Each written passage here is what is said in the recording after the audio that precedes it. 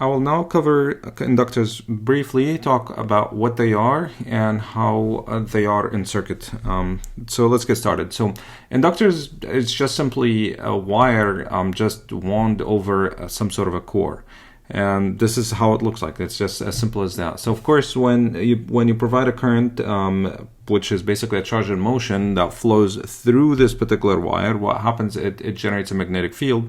So as it turns out to be, the inductors store energy as a magnetic field, as opposed to capacitors that store energy as an electric field. Anyway, the details of magnetic and electric fields is out of scope of this particular course. So what I'm going to do right now is just focus on how do we deal with it in terms of circuit analysis. So in terms of circuit analysis, here is the symbol for an inductor. And an inductor is usually measured with an inductance, similar to resistors and resistance. Okay, and typically an inductor is actually referred to as L, so you'll see some sort of an L. Okay, and inductance, you can actually measure it by simply this particular equation, which is N squared mu divided by A, and that's L. Well, let me just talk briefly about what they are. So N is just simply the number of turns of these wires. So you can just count like 1, 2, 3, 4, and so forth, because you can have it more or you can have more or less. L is actually the length of the coil. So basically the length from here to here, how much it is. Okay, and then if you think about it, the A is just simply the cross section. So if I actually just rotate this, I'll see a circle. So what's the area of that circle? Okay, and then mu, it depends on what type of core. Okay, so this is basically the permeability of the core. So if we have like some sort of a ferromagnetic core, we just basically have different ones. So different practical inductors will have different ones. But anyway, regardless of how you compute this, usually in circuit analysis, we're given the value of this inductance, and the unit for inductance is typically in henries. Maybe you'll see it in millihenries as well. Okay. So that's good. Now, how does a current relate to voltage in terms of inductors? So let's assume that the current is actually flowing this way in here, and we have some sort of a voltage across it, as it turns out to be. If you use Maxwell equations and all, which again are outside the scope in here, what we're interested in is the result. So we can just assume that V is just simply L times di divided by dt. So what happens, like, we will be able to figure out the V, and of course all of these are functions of time. So let me just make sure that these are obvious in here. So V is a function of time, I is a function of time as well, L is constant because it's an inductance. Okay, so this is the equation that defines how does the current relate to the voltage in terms of inductors. And of course, if you draw the equation, for example, you have d of I divided by d of t in here, and you have V, you will end up with a line, and that's why inductors are also linear elements. They're still passive elements because they don't generate power. I mean, a wire can't generate power, but what it can do, it can actually store energy and release that energy. Okay, similar to what capacitors are. At the end of the day, they're energy storage devices. Of course, passive sign convention applies. All you have to do is just do plus or minus. In this particular case, the current is hitting the positive, so you just put positive in here. So passive sign convention applies as normal. All right, so let's focus a little bit on this equation. So in this equation, in DC circuits, if you think about it, well, DC circuits, I of t will just simply be some sort of a constant in DC circuit. Okay, and of course, if it's a constant and you just substitute a constant and you're trying to take the derivative of a constant, that means the voltage will just simply be 0. Okay, what would be a voltage that is 0? Well, the voltage across 2 points in a wire is 0. And as it turns out, in DC circuits, if you have an inductor, you can just treat it as a wire. So if you have some sort of a circuit that have like some sort of an inductor in it and it's all DC, the current and voltages are not changing, you can just simply substitute it with a wire. Again, at the end of the day, it's just simply a wire. So if nothing is changing, currents and voltages are not changing, this equation tells me that you can treat it as a wire and the voltage across a wire is 0. Now, the other thing that is also interesting about it is the following. So let's assume that we have a sudden change in the current in here. Okay, a sudden change in the current means that d of t will end to be, d of t will go to 0 for a sudden change in current. Basically, if the current jumps from 0 all the way to 2 milliamps or microamps or whatever value, just a sudden jump. If that's the case, that means V of t will actually tend to infinity, of course, because if this goes to 0 or this goes to 0, that means this will go to infinity. And of course, if Vt goes to infinity and we have P equals I times V, that means the P will also go to infinity. And we don't have elements that will provide infinite power. Okay, so this is not possible. So as it turns out to be, that inductors oppose the change in currents. So capacitors oppose the change in voltages, inductors oppose the change in current. So there's no sudden current changes. There will be voltage changes that are suddenly changing, but not current. Okay, it opposes them. All right, and later on you will see it in future topics that it actually introduces what we call current delays. That's what we call it. But anyway, okay.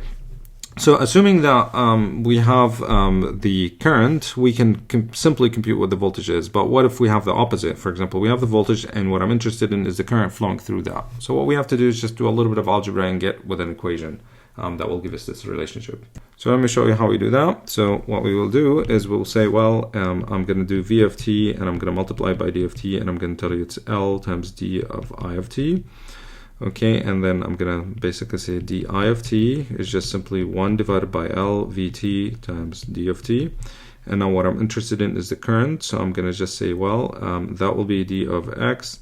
That's basically from I of t0 all the way to I of t. That's the one we're interested in, equals 1 divided by L, and I'll do the integral from basically t0 all the way to t, v of, I'm going to change the variable d tau, and that will be tau in here. Again, what I've done in here is I changed the di into, well, I of t into x, because I'm going to be using I of t in here. Okay, and I changed the t in here into tau because I'm going to be using it as a limit of the integral. Okay, so we do this integral, and we'll end up with is I of t minus I of t0, okay, equals 1 divided by L. And this one here will stay t0 to t, and that's v of tau, d of tau. And of course, we're going to have to move this here. So we'll get I of t equals simply 1 divided by L, t0, t, v of tau, d tau, plus the initial current through that. So this is how we get the current if we know the voltage across an inductor. So of course we have still passive sign convention, you can put them in here, and we have another one in here which is the initial current that is flowing through it, whether it's in the same direction of the current I'm interested in or not.